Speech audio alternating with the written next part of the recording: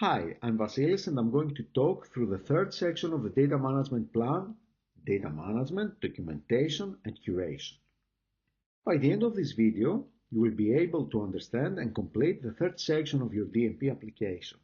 Remember here that there are just suggestions of what I would write for a small gene expression study to give you an idea of granularity of content and what I would consider writing.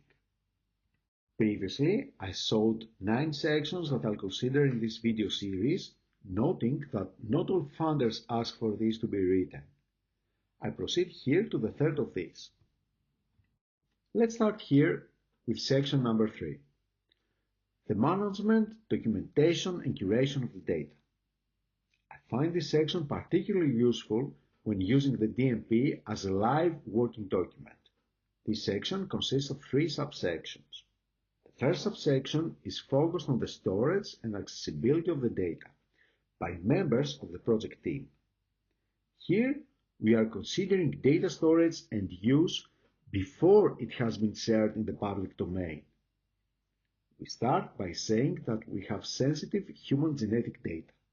Subsequently, it is worth being more specific about the way that the data will be stored. Will they be stored on a university server?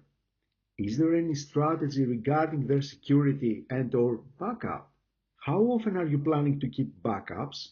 Often a funder will ask that this is written for the lay person without technical knowledge. Finally, how can the data be accessible to members of the project before sharing more widely? Here we have said that access is authenticated through the university username and password process, which have been assessed as suitable for the storage of highly sensitive data. Each dataset generated will receive a globally unique identifier and a catalog in a spreadsheet with provenance and detailed metadata. It might be worth knowing that we have another RDMbite you can watch on how to build a data catalog for a project that addresses the final sentence. The second subsection is dedicated to the metadata standards and the data description. For a typical RNA-seq experiment, as in our example, you can use the ArrayExpress public repository, more information in the EBI link, and the MINES-QE metadata standard, which describes thoroughly the 5 principles of the minimum necessary information about high-throughput nucleotide sequence experiments.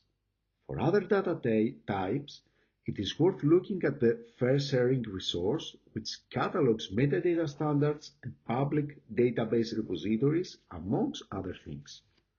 Finally, the last subsection of the management, documentation and curation of the data is focused on data preservation or archival beyond the end of the project funding. All data will be preserved according to plans outlined in compliance with funder name Good Research Practice Guidelines. More than 10 years, but a minimum of 20 years in the data is of major importance. We have mentioned where the data will be archived, and here we mentioned that institutional repository permitting a persistent URL and associated metadata. We plan for digital laboratory books and experiment data to be managed in the short term by project team members, 1 year after the end of the project, and with overall management over the longer term by the PI. So, that was the 4th part of our RDMbites series of things to consider when writing a DMP for a grant. Please see the links mentioned as well as links to additional resources alongside the video.